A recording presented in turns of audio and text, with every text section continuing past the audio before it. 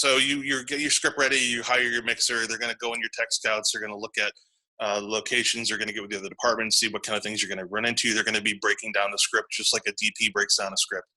And then they're going to give you an assessment of if that's the right kit for them, if they have all the tools that they need to do that job, if it seems like, it might be suited somewhere else or somebody else where they need more people or whatever the budget is.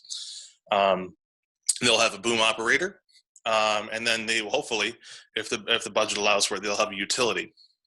And that's a standard sound kit for or team that shows up on a film. Now, a utility is kind of the gap filler. Depending on the project, let's say this one, for example, Succession, most of my job is wiring the actors. There's a lot of them. There's a lot of people talking at once, and I'll show you the clip of it. But it's also to do with all the monitors for everybody on set that has to listen to all of the sync issues and getting everything to work with the cameras properly, the slates. It's another thing. Slates, for some reason, are also now the sound person's thing. It's a Danecki Father Time thing from the 90s I could talk about off another time. Anyway, so utility is kind of the go-between. Obviously, a mixer like I'm right now, I'm sitting literally at my cart, and I'll flip it around a little bit and show you some of the stuff if you want. But they kind of grease all the gears, make everything work, but they also kind of have to be able to jump in to boom a scene if they need additional booms.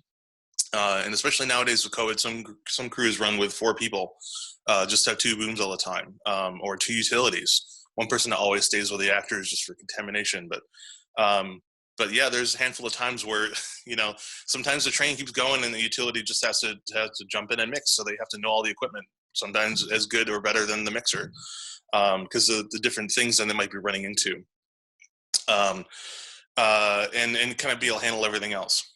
So just thinking far ahead, a person that is like me, that it's a good tinkerer, that really loves gearhead stuff, and kind of has a feel and some experience with everything else. Utility is a great career path because they're always in need.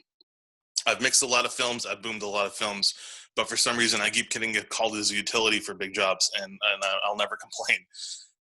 So that's a mixer and utility. The boom operator is sort of like a camera operator. They're the person that's the voice of the sound department on set. They're typically always stay on set. They're the ones that are working out the shots every time, just like a camera operator, just like an on-set dresser, just like a Best Boy Electric is the person that sort of is the voice of the sound department and sort of gives what they need and what kind of feedback and things, and tries to get their boom in place whenever they need and what they can, help negotiate with the other departments. But they're sort of the eyes and mouthpiece of sound on a set.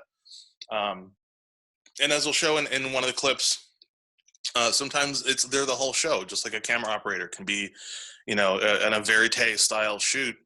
A lot of that creativity lies with them because they have to kind of craft a shot.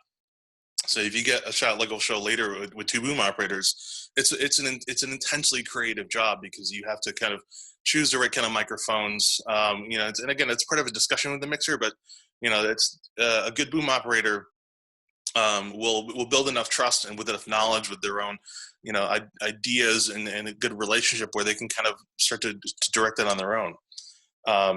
There's a 4th part here, and it's a lot closer to the video department, which I see Jim Pepe he's muted on there. Well, I'll dig him into this a little bit because he did work on Clover and he could probably say a couple things about it too. But there's a 4th part of this, which is in the 3rd clip that I'll get to, and that is playback.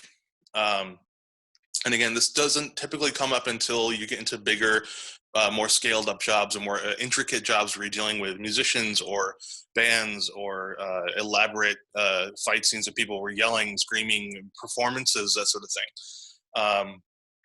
But on the small scale, that's all really a music video is. If you're playing back, audio and you're syncing it to the camera, whatever they're doing, they're going to use that later. But a lot of times you're pulling up things to cue at the right time, to play the right dialogue or something that happens in a scene.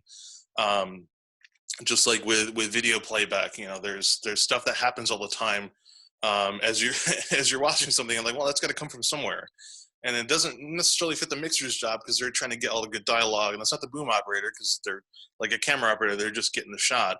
That's not really utility because they got to be able to adjust things and fix things, and kind of run around set all the time. Um,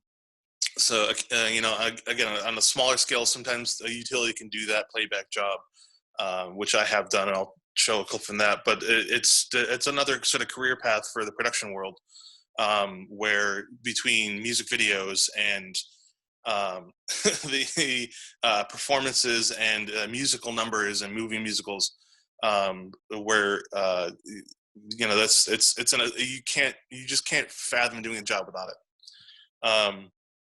because it'll sound like dirt.